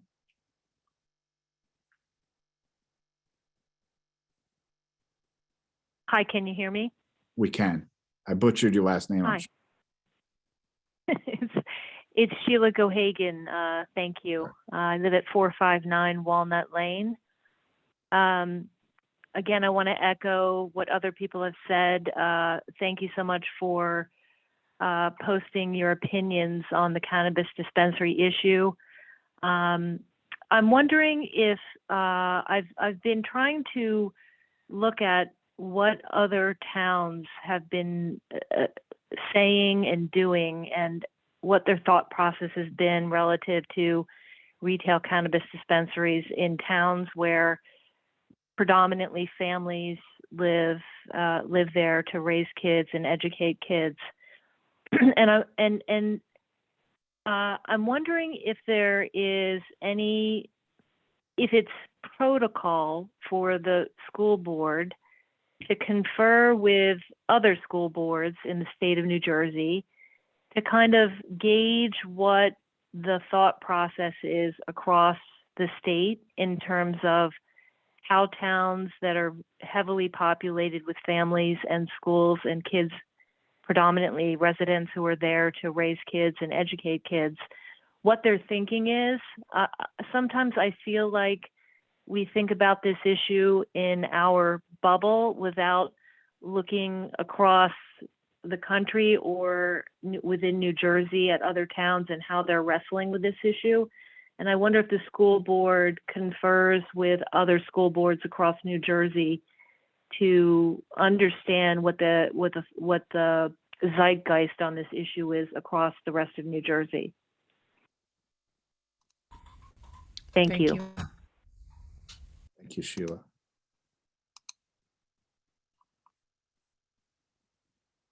Smrita? Hi, everyone. My name is Smrita Chaube. Thank you so much for giving me the opportunity to speak on this call. I would like to thank the Board of Education for hosting this. And I would specifically like to say a really big thank you to the Princeton Cannabis Task Force. I'm a local resident. I am a hopeful cannabis entrepreneur. And I would just like to say that I was extremely impressed by the very transparent process that Princeton has run regarding this retail dispensary. Even as a local, I'm not on the Princeton Task Force, but I had the opportunity to find the link online and therefore be involved in the process. By way of background, I'm an Indian American, have lived in this region close to Princeton my entire life. Princeton is a very important community to me. I'm actually going to be building a network of organic cannabis farms following in the tradition of the lineage of people that I come from in ancient India, who have used cannabis as a medicine for thousands of years. So I really appreciate and acknowledge all the concerns that have been brought up tonight. I absolutely, I have small children in my family as well. My co-founder is a mother of 2 small girls and is a local Princeton neuroscientist. We're extremely just really acknowledging how important it is to make a strategy that includes children and making this a safe community. However, we have to be honest about the historical facts that are at hand here. Cannabis was a medicine for thousands of years throughout human civilization. Only in the last 100 years was this really banned and outlawed out of our community for entirely racist and political reasons. So while I absolutely agree with taking a very measured approach that is intellectual in nature, I also believe that we should not make any hasty decisions without fully allowing an opportunity for local residents to get educated about this. And one of the education points is literally like, there's so much medicinal use that has been thrown away. And if we could only educate our communities on how to use this mindfully, it does not need to be a drug. It has been used as a medicine for thousands of years. So that's where education really comes in. My interest in Princeton is that I hope to distribute our craft, organic farmer-grown cannabis through a dispensary in Princeton. I believe that the Princeton residents deserve access to this medicinally grown medicine. And I just hope that there are opportunities for entrepreneurs that are actually acting from a place of good intentions and just taking an intellectual approach to this to have the opportunity to have that happen. So going forward, you know, if there are any opportunities that we can have to have panel discussions, inviting thought leaders to educate the community, I would really appreciate that. As an Asian American, I also asked that our historical context be taken into account here, which is simply that thousands of years of medicinal use were thrown away for political purposes, and that needs to be rectified. And we'd love to be part of the solution in educating the community. Thank you so much for the opportunity to speak. Thank you, Smrita. Jessica. Hi there. Thanks for taking my call, and thank you all very much. I need to send a shout out to our two retiring Board of Ed members and to all of our Board of Ed for their countless hours, unpaid hours, to serve our community. And I would be remiss if I didn't say that we love Bob and that we'll miss him dearly. And I feel badly that your meeting is being taken over by cannabis, but it's all important issues. Most importantly, as the mom of two children in the middle school, I would love to encourage Dr. Kelly, Jason Burr, and the entire Board of Education, including this cannabis task force, to focus on communication and focus on keeping our parents fully and clearly and as explicitly as possible informed of the ongoing issues in our schools every day at all levels. And I'll leave it at that. Thank you all for your service. Thank you, Jessica.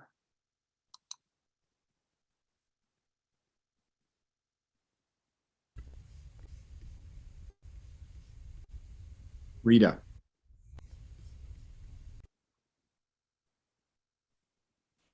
Hi, everyone. My name is Rita Rafalovsky. I'm a parent of two children. And unfortunately, until about 2 weeks ago, I wasn't well aware of what the Cannabis Task Force has been doing. And I got engaged. This is really a really key moment for me, to be honest, because I'm a middle-aged person and I've really never been engaged in government and, you know, topics like this. And embarrassingly, this is my first time, you know, joining this meeting, but I was very impressed, Dr. Kelly, with your presentation, and actually I'm inspired to join more meetings and to get to know the process better and what you guys are doing. But I did want to speak today at this meeting first to echo some of the earlier comments, to really say how proud I am of this group for issuing the statements that you did for your recommendations. I think you're spot on. I think that cannabis deserves a place in our society. And personally, I feel that there's definitely been some wrongs that were done due to the war on drugs. And there's opportunities for medical purposes, and it's been legalized and decriminalized, and all those things are good things. And I think our community really very much supports that at large. You know, majority of us do support that. But I think that some of the parents have a lot of concerns, or many of the parents have a lot of concerns with the quality of the report that was done. And as a caring parent, I think I can speak for a lot of us here at today's meeting and just in general in our community. We are concerned about what controls will be in place once these cannabis dispensaries are out there. And for example, accessibility has been pointed out, that, you know, how to make sure that these cannabis dispensaries are available. Well, there's a lot of dispensaries actually around us, near us. You can order cannabis online. I mean, this is no longer a problem. But there are issues with making sure that our minors do not get access to it. There are issues of that come with normalization of having that this material very close to our children, of exposing our kids to packages and things that look like, Kit Kats and all these things that are very attractive to children who don't understand what they are. And in other places, in other states, it's been very difficult to police this kind of activity. So if you look at Oregon, if you look at Washington State, if you look at California, you can see that some of the lessons learned on what worked and what didn't, and certain references, for example, that crime doesn't rise, and that's in fact not true. So there's definitely other promises that are being made, like, for example, revenue and beautiful things that we can do with this revenue. But there's, for example, there's no evidence in the report that says how the money will be spent on. What are these activities that we're going to spend money on, and also what about the issues that we already have with drugs in our community? It's not that we are a drug-free community. Why are we not spending money on educating our children and helping the community members that are already suffering from drug abuse? And so these things are not evidence in the report of, how do we control these substances from getting to our children? Excuse me, Rita, can you wrap up your Yes, I'm sorry. I'm sorry. Okay. I feel very passionate about it. So I'm sorry if I'm rambling. So I just want to say that I think that it would be prudent for this group to send a message to the task force to go back and reassess the value of the report that they produced. I think it really needs to be, if we're going to move forward with it, there needs to be some risk assessment, risk mitigation to make sure that everybody in the community is comfortable. Thank you very much for your time. Thank you. Thank you. Mr. Bolden, are there any others, or we can continue with our business meeting? No, I just have to read one comment, extremely short, that was emailed to me during the open public comment. Bob Schwartz of 63 Grover Avenue says, "Hi, let me save 15 seconds of everyone's Zoom time for my 2 cents on this. In the past, the board has typically wisely avoided resolutions regarding what council should do and vice versa. I urge you to maintain that policy in this case. Reasons are available upon request, in parentheses. Thanks." And that's it. Okay, thank you, Mr. Bolden. With that, I will continue to move us through the agenda. The next item is J1, which is a consent. It's harassment, intimidation, and bullying. J2 is the school self-assessment for him. It's also a consent item. Any questions there? And then K1 are board committee highlights. And we can give those to each other, but to the extent we might want to write those to each other, that could happen as well. So I'll go through them and we can see what we want to do there. K1, Equity Committee is first. Sure. We have a very quick report. This month, the Equity Committee had planned to hear directly from PHS students on how they are doing. Debbie Braunfeld and I, co-chairs, have been working with Dr. Kelly, Ms. Tidwell, and PHS students to create the format of this meeting. The closed session has been moved to January due to the students' workload.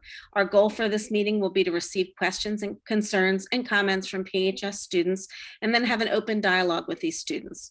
We will be working with Principal Schmiel to help us gather their input in early January, and hope to hear many voices from the PHS student community. And we'd just like to take this opportunity to thank our fellow committee members from this year, 2021, Jean Durbin, Daphne Kendall, and Michelle Tuck-Ponder, as well as our administrators and community members and the rest of the Board of Education for their ongoing commitment to equity in the Princeton Public Schools. After board reorganization, committee dates will be posted, and all agendas for public meetings for the Equity Committee will be on the calendar a few days prior to each meeting. We look forward to welcoming members of the public back to our February meeting. Thank you. Thank you. Any questions? If not, then we go to operations. Hi, our notes have been shared with the board, but to hit a couple of highlights, we met on December 8th. We learned about the importance in our current referendum of watertight, temporary watertight construction zones, and we look forward to having those be established at the 2 high school projects. We very excitingly heard about a sustainability plan that the district is going to start working on so that we can keep moving in the directions and continue our partnership with Sustainable Princeton. And we know that the budget process will be starting shortly. And so we discussed how Matt will be getting that process going. And once again, we wish Dan well. It was his last meeting with us, and we thank him for his work on this committee. And the meetings are public, so we might see him pop up in some of them going forward. Thank you, Susan. Thank you, Susan. Any questions? Then we go to personnel. Michelle?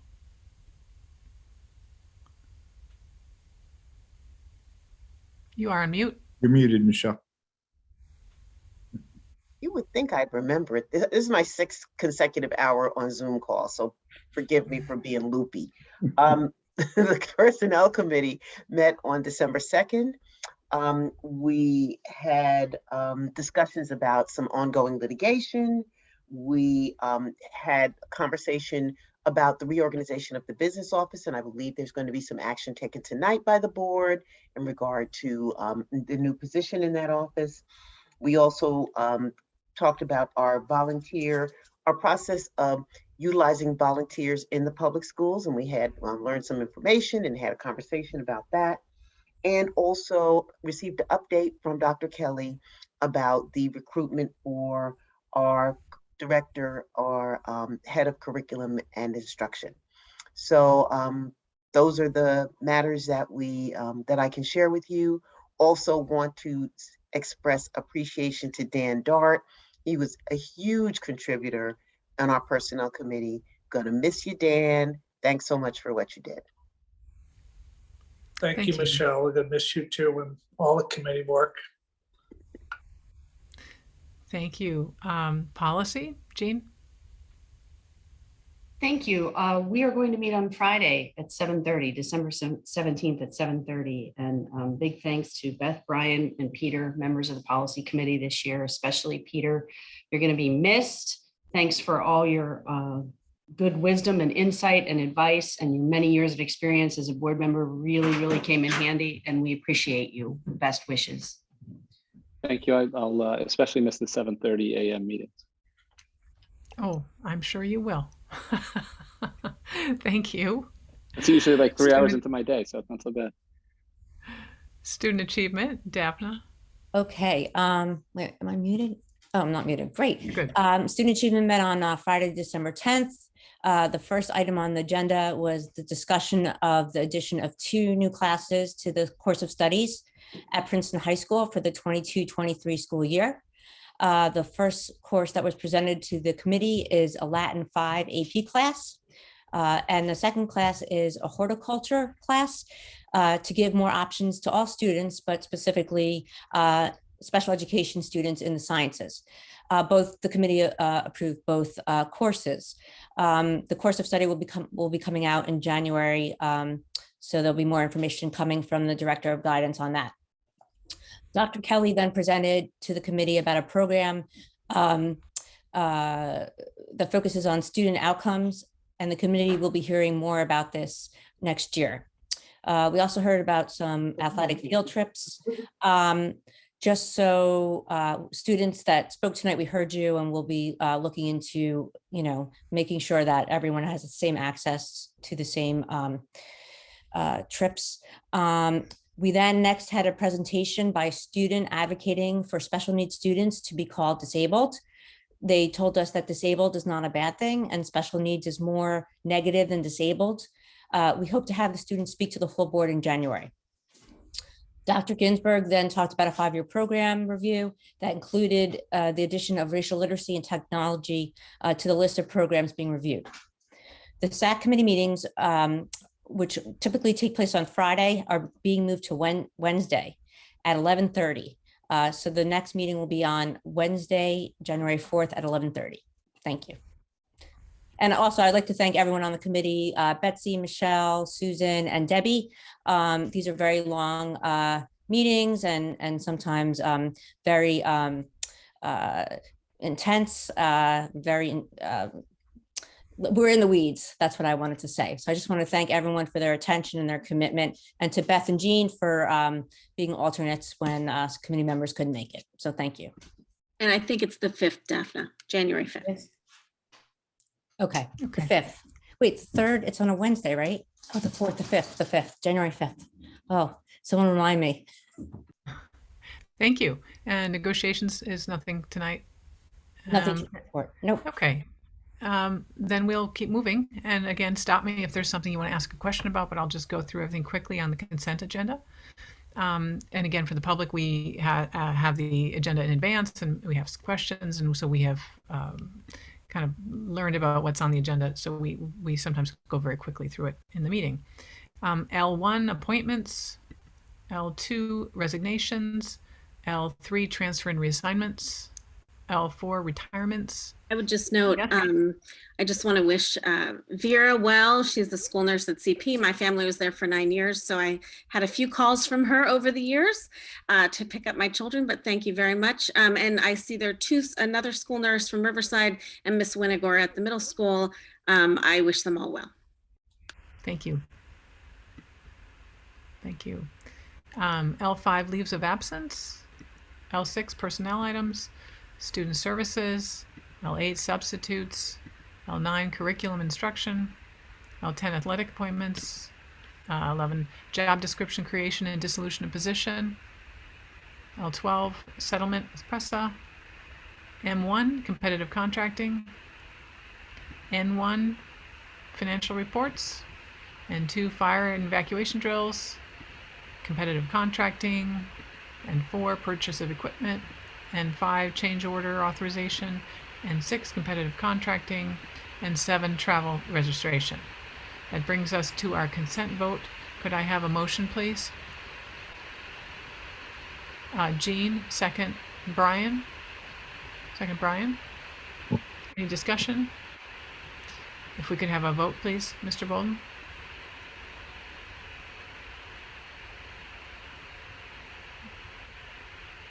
Beth Barron, Yes. Debbie Blanco, Yes. Dan Dart, Yes. Betsy Baglio, Yes. Brian McDonald, Yes. Michelle Todd Ponder, Yes. Peter Katz, Yes. Daphne Kendall, Yes. Susan Cantor, Yes. Jean Durbin. Yes. Motion passed. Consent agenda passes. Consent agenda passes unanimously. Then we come to P1 again, another public comment. I won't repeat everything I read last time, but again, we ask you state your name and address. It's important we know, we'd like to know where you live. And we ask you to follow the guidelines that were previously mentioned, including keeping it to 3 minutes, being respectful of your fellow participants. I see no questions, Beth. Okay, that takes us then to Q1, the position statement on cannabis dispensaries. This is a discussion. And just to summarize, we have a position statement that was recommended by the policy committee. It has 3 main points that were summarized quite extensively in our comments this evening. Simply the 1,000-foot request, and the request that the law is enforced, and the request that there be funds directed to the schools to help pay for education and other related consequences of legalization and retail sale in the town. Jean Durbin, do you want to clarify or put any color on what I just summarized? Thanks. I don't need to summarize the 3 points, given that people have read the paper clearly. I did just want to say we did make a correction in the second paragraph after it was first posted on the agenda to reflect the fact that council has not yet made any decisions on zoning or licensing of dispensaries. It's really just the receipt of the Cannabis Review Task Force report. And so we wanted to clarify that. And now is the time for public comment, despite what's been printed in the papers. Ordinance drafting is not yet occurring. So public comment now is the time when council needs to hear from people. And this is really the best way for the Board of Education as a collective body to put forward a statement, our collective public comment. Nothing more than that. We're not interested in engaging in a dialogue on it. It's really our public comment. Thanks. Thank you, Jean. And I'll just note that we were invited to participate in the task force, and there was a nurse that was sent from the district earlier this year, but we've had a lot of transition. We've had an interim superintendent. That individual then left the district. So the board did participate in 1 or 2 task force meetings as kind of listening in, and then basically said that it'd be more appropriate for us to make our own statements separately. So that's the extent of that. And we did consult with our New Jersey School Board Association, and they do have materials available, which did inform some of our position. They have examples and resources from around the country, and they have informed us that they are, in fact, they initially had resources on the legalization issue itself, but they are aware that in many communities there are discussions around the ordinance development, and some boards have asked them for resources, so they are currently looking into that and may provide us with additional guidance, which we do appreciate, because we do try to look around and see what is happening in other communities and how our other fellow boards of education are addressing issues that we share. Does anyone want to speak? Do we want to just talk about this and then talk about how we pass it on to the council? Daphne? Yeah, thank you. So I just want to be clear here what our role is. And our role, as I understand it, is advisory. We're just giving what if what we would like to see. We have, as far as I know, we have no control over the outcome. Is that correct? That's correct. That's my understanding. And so we've been clear what our position is. And so if people have comments, where should they go? Council. To the council meetings. So I think I just want to be clear. Like, I think we heard everyone who spoke tonight. We understand there's 2 sides to this. However, we're almost like a member of the public in that we provided our comment, and really, I think that's the end of our role here. I don't know if anyone else has something else to add. We it's a very interesting issue, but besides stating what our preference is here, there's really nothing more, I think, for us to discuss. Is that correct? Gina and Beth? Well, certainly nothing more for us to do. Right, we could discuss it. Do we think we're going to change our position? Oh, well, that's up to you. I mean, well, that's up to us as a board. I mean, I think we all agree to it. So, I don't hear anyone wanting to change it. So I'm just trying to, better, help the public direct where they should be advocating, because from what I heard from the people from both sides, they understand where we are. And so that's our statement. It doesn't look like we're going to be changing it. So we always appreciate engagement at our meetings. But really, this is a town issue. The school has provided its input. And I guess that's all I wanted to say. Thanks. Yep. Thank you, Daphne. Yep. Yeah.